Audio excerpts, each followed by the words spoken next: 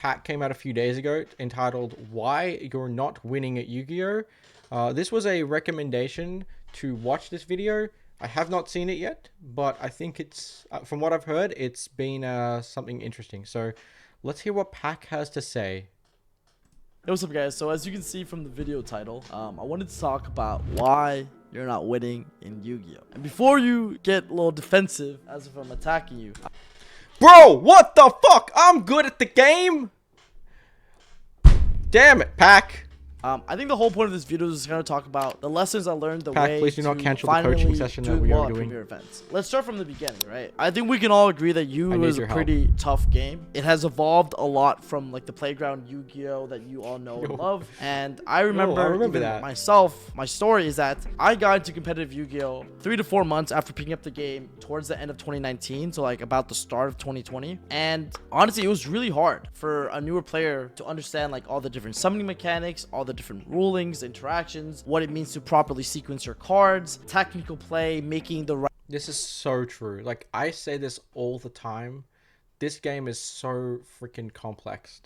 And even someone like Pack doesn't get it right all the time. He struggles with some rulings, which means if someone as competent and well accomplished as him can struggle with the game, we're in a really bad spot where something needs to change. Right reads. It was impossible. I even remember being so overwhelmed that I actually looked up a SEMO video on how to link summon. You know it's bad when you have to go to Alex goddamn C mode.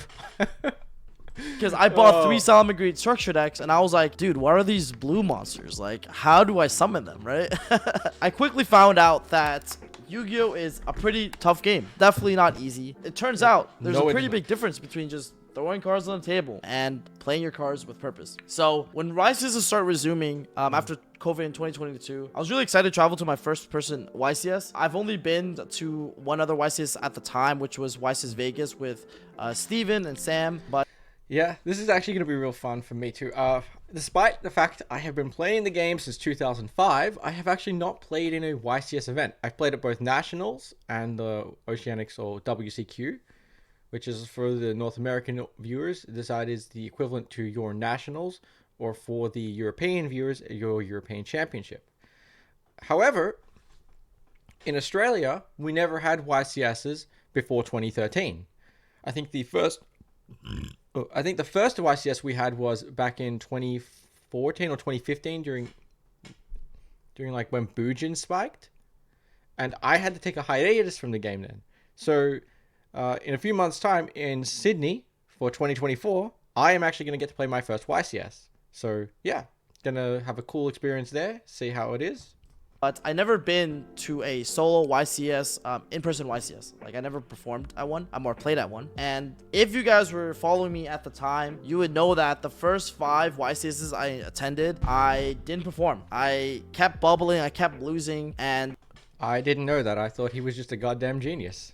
there was a multitude of factors, but it would be shameful of me to say that I didn't do well because of I just bricked or my opponent sacked me or all these other reasons. I think me being the type of person I am, I started to find the reasons why, and I think that shift in mindset is how I was able to perform. And I think for most people, when they're in that predicament, in that situation, when they don't perform the first 5 premier events they attended, they probably would have stopped because of the sink in time, money. And when you don't see results, it's easy to get money's a big discouraged. one. But I shifted my mindset and I really looked back into like what has changed, like how did I like start to perform. And I'll say the first piece is like determining if the games you're losing are within your control and be honest with yourself. So I remember that people come up to me at YC. So that's a big thing that I think a lot of people undervalue, that you have to be very honest with yourself if you want to improve. And that's like a big thing that I always do. I look at games in hindsight as well. Like, could I have done something differently? And is this thing that I could have done differently, is it a realistic option? And then saying, did I lose this game, but was it within my control? And I think a lot of the matchups that I've lost, especially recently, like say within the last 3 months, a lot of the games were in my control, thus being I should have won them, but it's because I piloted incorrectly that I lost the game. So The last OTS championship I went to, which was like 2 months ago, I think. One of the games I lost, which was round 3, was just completely out of my control. No, nothing could have been done differently. Just unplayable hands in both games 1 and 2. That's one of the uncontrollable losses I had. But then I think about it back to like round 4, where I lost one of my games because of game 3, but that was just simply me not being a good enough pilot, and that's why I lost that game. I look back in hindsight and say, why didn't I just do this? And this would have changed the whole outcome of the game, or when I would have had an option to win. So that's unfortunate, but I think I agree with what Pac's saying. Be honest with yourself about that. They would say, hey, what's up, Pac? How are you? I'll be like, I'm doing good. I'm like, how are you doing in the tournament? They're like, yeah, I'm X2, bro, X3. Like, I'm not doing too good. And they would always go on a rant about how they lost, right? Your friends probably do this to you too. Right within like the first couple of minutes of hearing the story, I can tell right away if they're capping, or if they actually could have played better. And I'm guilty of it too. I mean, at the end of the day, right, it can be quite embarrassing to tell your friends, content creators you look up to, that you punted, that you misplayed, or all those things. But see, I look at it completely opposite like that. If I mess up, roast me for it. If I mess up, I'm not going to care about it if I did it wrong. Like, if I lost, because it's like the games that frustrate me the most are the games that I just have no control over. Those are the games that frustrate me, because it's like you have nothing you can do in that situation. It's like it was already written in the cosmos by a great divine power that you will lose this game. Nothing you can do about it. And that's why I'm kind of excited for post Phantom Nightmare format, because I feel as though there's nothing which really says you can't play the game, so you have the ability to win every game.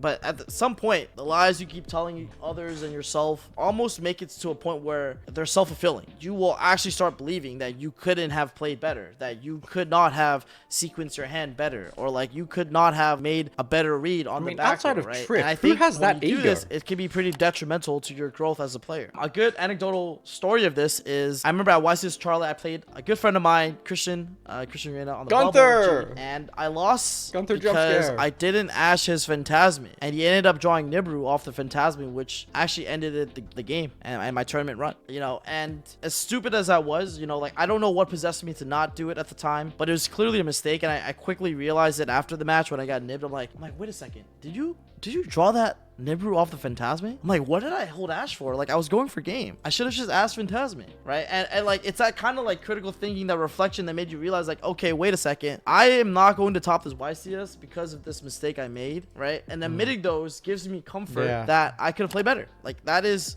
critical to growth, right? So, and it's also important to note that like these small mistakes you like make at these like within these rounds, maybe I was X1 at the time and I made this mistake against Gunther, and now I'm X2, I'm still in the tournament, but it's important to know that like these small mistakes have ripple effects. That one match you lost can like change your whole tournament drastically. That is so true. Yeah, that's kind of like how I got better, because even if I do like a lot of self-reflection in between these games, and even after Josh and I played our feature match at YCS Bologna, I remember he and I chatted in Top Cut, and we were like, Josh was like, hey, I could have played better, and I told him like, hey, I could have played better too. And it was so crazy because Josh, you were bad. Pac, you were bad. You're both bad. You both suck. Neither of you... Well, actually, no, wait, no. I was going to say neither of you won the tournament. But actually, Josh did win the tournament. But, Pac, you do suck. It's okay. because that like really goes to show that, like how the top players think. Always try to figure out like, okay, or like, even though he... What's up? Shotgun blazing. We're just watching this thing. Just doing a react Andy to this video.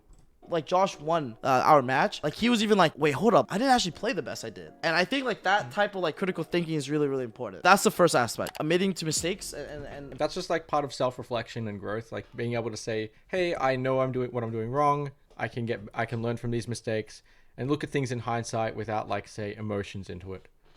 Improving and learning from them. The second piece is learning how to play Yu-Gi-Oh! Is more important than learning how to play a specific deck. If you think about it, the reason why I'm able to consistently switch decks for every YCS and play them at a very high level is because I believe that mastering the fundamentals of Yu-Gi-Oh! Will give you a lot more mileage for your time. I will definitely concede the fact that it will take a lot more time if you're a newer player, because there's a lot. Yeah, okay, so I want to point something out with this one. So one of the things that Pac is saying is, if you as a newer player, getting back into the game and having to relearn everything is really difficult.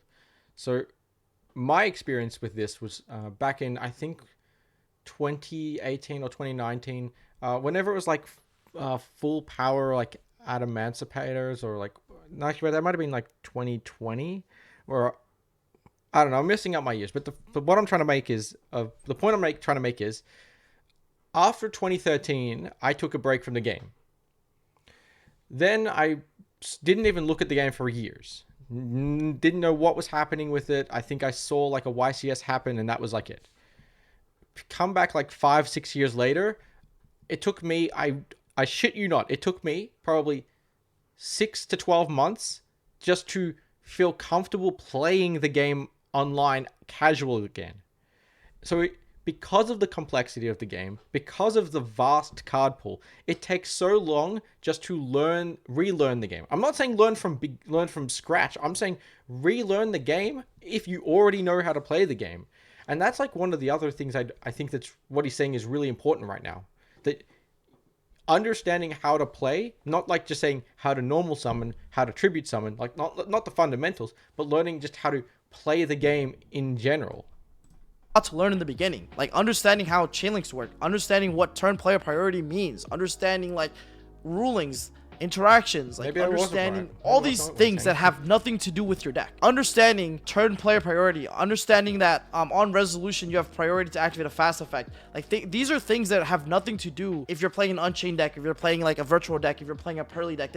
These have nothing to do with those decks. It's about the game itself. And I think understanding the game at its core is much more important, because then you can like apply those fundamentals to multitudes of decks, right? Like understanding how the damage step works, like understanding how trigger effects works, and using that to your advantage. The damage step low-key is like something I think a lot of people still get lost in, which is crazy to think that people just don't understand the breakdown of the damage step. Those type of things about Yu-Gi-Oh, about the fundamentals of Yu-Gi-Oh is, in my opinion, much more important to learn than just learning like there's like the memorizing a combo. Because the truth of the matter is that like memorizing combos will not take you far, because it never actually works that way in a tournament. You will get hand trapped, you will get stopped, your opponent will interact with you. This game is not solitaire. And I'm gonna say that's where I think like one of the biggest weaknesses is for me, like, is that on script, flawless. That's the easy stuff. Just sticking to the script, knowing, okay, combo 1, summons, activate bonfire, add this, special summon this, yada yada yada. That anyone can do that. It's the stuff of like, say, turn 2, like follow up, playing through interactions, or like turn 3. Okay, I've done my line, my opponent's done their combos or whatever. Now it's back to me. I have to play through everything and figure out and then navigate the line to kill them. That's like your off-script stuff. That's the hard stuff. If you can master the off-script plays, that's what Pack is, I feel, saying here, that's how you get better as a player. And so as a result, like these combos that like people show off and like the spreadsheets and all that stuff, well, they're important to know, but you need to understand like why they work, how they work, instead of memorizing how they're being performed. I will say like one of the reasons why like some players who've been playing forever are leagues ahead is because they've experienced a lot of like these rulings, these interactions, like how all these things work, all the Yu-Gi-Oh fundamentals. They learned that way earlier on. If you looked at some of my first streams when I started playing Yu-Gi-Oh, it was actually me grinding Dueling Book, watching back my replays. I did this for months. Go back. What? Go back. Yu-Gi-Oh was actually me grinding. Yo, look at this. What is that, bro? What the fuck? That doesn't even look like him anymore. Wait, Pack was playing a trap. Pack playing Outlet. I don't even know who that is anymore. But Dueling Book, watching back my replays. I did this for months until I became really good at adapting to like the different game states, and all the experiences, all the lessons you learn from playing Yu-Gi-Oh, not playing specific deck, playing Yu-Gi-Oh, will develop to what I call like this Yu-Gi-Oh game sense, right? Like other games would call this like game sense. I call this like your Yu-Gi-Oh game sense, like that kind of like being able to navigate game states or like make reads, all that kind of stuff, right? And I would say like Jesse is a really good example of this, right? Like he's refined his fundamentals and technical plays over the years to where... Is he seriously bringing up Jesse effing Cotton into a... So Jesse's like really good at the... No shit, Jesse's probably the best player in the TCG, period. I don't think using Jesse as an example is like something you should bring up, because if you use Jesse as an example, it's gonna cause a lot of people like to think, well, you're never gonna be as good as Jesse. That's the odds. Like Jesse Cotton, 5-time YCS champ, like multiple-time UDS champ, multiple-time Worlds competitor, Master Duel Worlds competitor finalist. Like it that I think a better example might have been someone like, say, who's a more recent player to the game that's like really good and like has really good fundamentals and can consistently top. I would probably go with like Paulie Aronson or like a Steven Santoli. They haven't been around forever, but both of them play at a very with very deep understanding from the fundamental level. Like you very rarely see Steven Santoli on feature make an error. Like like Paulie, he sounds like, oh no, what am I doing wrong here? Like he comes across as this like very friendly guy, but he's and that's fine. But he's like very fundamentally, he's got a very well understanding of fundamentals. Like, and you saw that on the World's Finals feature. He completely outplayed the Sword Soul player just by making sure he knew how to fundamentally play and interact when a hand trap happened.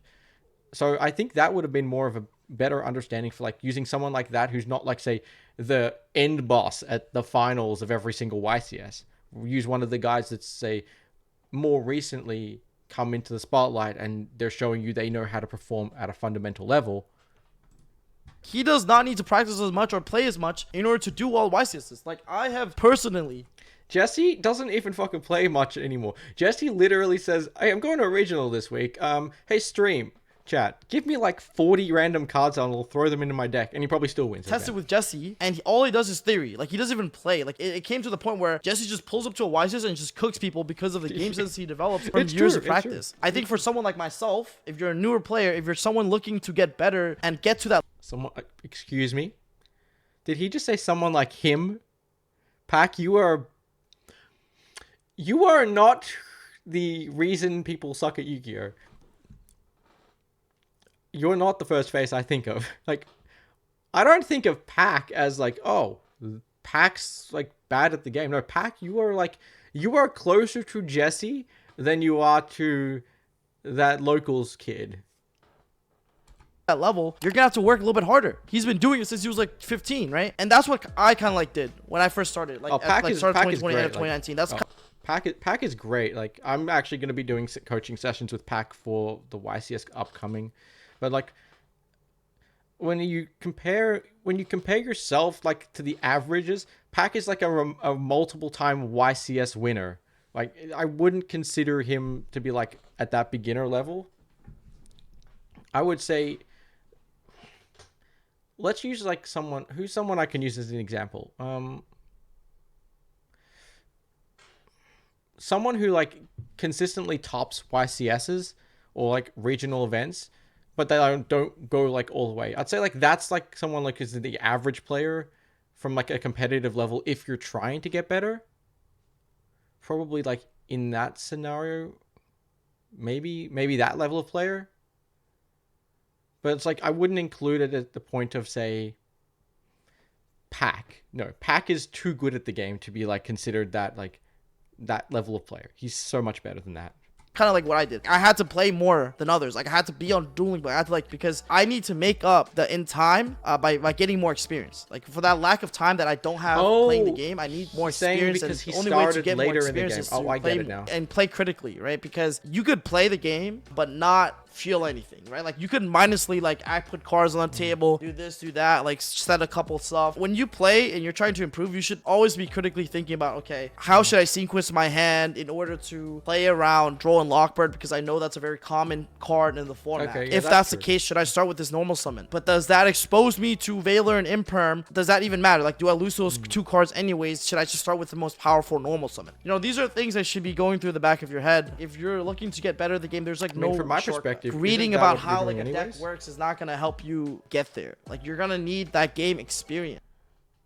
Like, that's part of the thing I feel as though you should be doing anyways. Like, I'm purposely thinking that it might be better just to set up weaker turn one boards to play around certain hand traps rather than just say, I'm gonna play out my combo line that I saw on YouTube. If they have the hand trap, they have it. That seems so bad.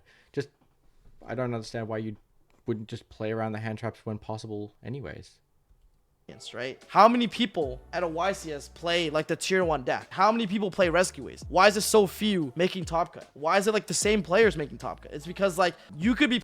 Well, the reason there's so few of the Rescue Ace players making top cut in comparison is because we don't really have a format where one deck is like overwhelmingly better than the other decks. Everything is so similar in terms of power scaling that it's not easy to see. Like the best deck might have like a 2% edge over the second best deck in the format. That doesn't mean that the Rescue Ace players are bad. It just means that the ceiling of each of those decks is just super thin, I guess you'd call it, right?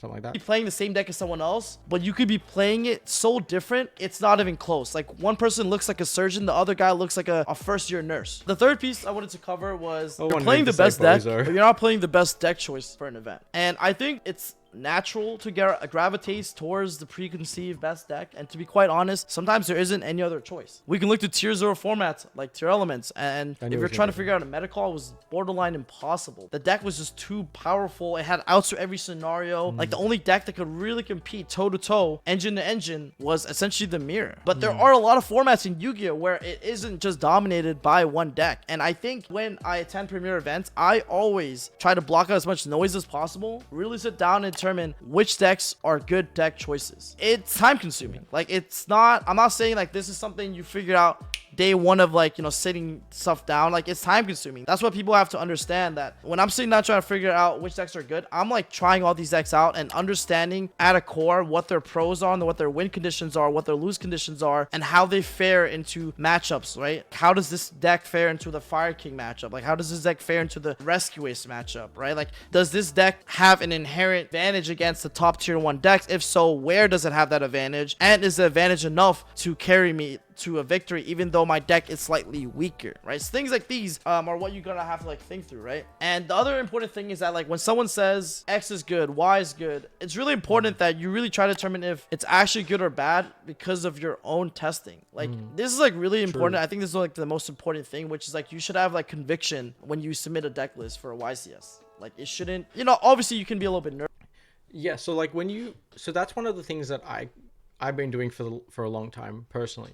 When I build my deck list for an event or even for just a locals level, I ask myself this: why is every card in here? What is the purpose of playing this card? Does this card actually help me right now? Is it here for consistency reasons? Is it here because you need it for follow-up? Is it like what does this card being in my list add that if it wasn't in my list? And that's like what you have to ask yourself. You also have to ask yourself in terms of deck building, like how consistent is my deck in terms of playing like when I go first? Uninterrupted, like what percentage of the time am I going to play? And is that like 90%? Is it 60%? Could you make it better? Should you play maybe less non-engine spots? Do you need more non-engine spots? Like these are all the things that I ask myself before I play a deck. And I think that's really lost in translation, that a lot of people will just get a deck list they see off YouTube and say, well, pack one with this list, so why can't I play it? And that's like one of the things I think is lost in just like modern style deck building. Everyone just goes to YouTube, which it's not a bad thing because it's just like it can sometimes be a shortcut. But if you're not asking yourself why this card's here, like as Pac's saying, it's gonna like hurt your fundamental understanding of why a card's good or bad. Nervous about the tournament and stuff like that, but you should have your own conviction and your own like thought process, like, hey, like I think from my own testing, I think this is good, right? And at the end of the day, if you don't have enough time or if you're not confident, like you can always reach out to other people to get their insight, but at the end of the day, it's you. Like you're the one that should be making the decision, right? It's kind of like, I think net decking is great, and then net decking and improving on someone else's deck is even better. Taking someone else's deck but mindlessly like just submitting it is not, I think, the best way to like perform. I think it can maybe get you there, but it's not like the best way to do well. I don't think there's anything wrong with it. It's just, I think if you're looking to do better, like it's not gonna get you there. Yeah, if you don't have time, then you can refer to creators that you trust or like friends for some insight. Hire a coach to maybe get you to that next step. Like a good example is like I remember like Joshua Schmidt, like he reached out to me. He was like, he wasn't testing out as much, right? Because of the time constraints and all this stuff. And he asked me for my opinion on what decks I thought were good. I think this was around like maybe Euros, if I'm trying to remember. He asked me for my opinion on like the Pearly deck. And I explained to him like what my thoughts are on Pearly, its matchup, its pro, like what's some weaknesses, like what advantages does it have, all this stuff, like why I think it's actually a good pick, why I played for the last 2 events I played. And at the end of the day, Josh didn't blind listen to me, thank God. Like, but he took it, he applied his own unique spin to it, he critically thought about what I said, God, like why I played for the last 2 events I played. And at the end of the day, Josh didn't blind listen to me, thank God. Like, okay. But he took it, he applied his own unique spin to it, he critically thought about what I said and if I was actually right or wrong, and then ran with it, right? But like I said, at the end of the day, is like you're making a decision, you're critically thinking. Don't just blindly follow XYZ opinion. You can ask them for their suggestions, but don't blindly follow. The last piece is about that you're adding cards to your deck because you like them, not because they're objectively good. And I know we're all guilty of this, okay? Like you have that one favorite card, you just okay. I get this. Yeah, it's sometimes it's hard to not put Starlight Rare Appaloosa in your deck in some past situations when you just got a Starlight Rare. Yeah, I get it. I get what you're saying. You got to throw in your deck, okay? Like, I get that. Because when people send me decks to review, like, I just find this happening all the time to the point where I kind of want to talk about it. Because I have, like, done a lot of coaching. I have reviewed people's deck lists and stuff like that. And one of the things I want to ask them is, like, why are you playing that card? More often than not, the scenario people present to me is like, dude, if pigs started raining tomorrow, like, you need that card for that one situation that happens maybe once every 10th moon where, like, the moon turns red. Like, I'm just like, it's like, dude, like, maybe you should take it out. Maybe and they're like, no, but I want that card. I need that card. And so, you know what I'm saying? Like, it's like people are, like, emotionally attaching themselves to certain cards rather than objectively saying, like, is this card, like, good to play in the deck? At the end of the day, all this is to really say, like, you know, rely on math instead of subjective feelings when it comes to deck building. Exactly. So you don't have regrets, right? Because even if you don't misplay on a technical perspective at the YCS or at the premier event you're going. Yeah, so that's one of the things like I found, like I mentioned this earlier when I had a round 3 at the OTS championship and I lost. Later for me, I figured out that while I might not have been able to control that loss at the time of the actual match, I felt like I could have controlled that loss if I did a better job building my deck. And that's really where my issue was. I messed up because I didn't prepare enough with the deck list I had written out.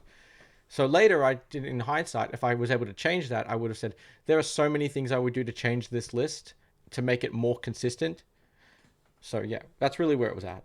Going to when it comes to playing the deck, like when it comes to building the deck, you might have misplayed there, and that might explain why you're not doing as well, right? I actually have an anecdotal example of this where after I won YCS Palo, I would say my technical play with Unchained was even better. Like I played Unchained even better at YCS Vancouver, but guess what? I didn't even top YCS Vancouver. Not because I misplayed, but because I didn't build my deck correctly. I had 45 cards in the deck for no reason. And it was off the backbone of emotion. I'm like, dude, I just won with the Unchained Soul of Disaster in my deck. How can I take this boy out? You know what I'm saying? This boy was he's my boy. You know what I'm saying? I kept him in. And I drew that card like it was my job. Every hand. And I lost 3 matches that event. And every match I lost was because I bricked. Every game I was able to draw even a remotely playable hand regardless of the dice roll, I won. And guess what I did? I took my own advice, and the YCS after in YCS Cancun, I decided to trim the fat down and made my Unchained deck 40 cards.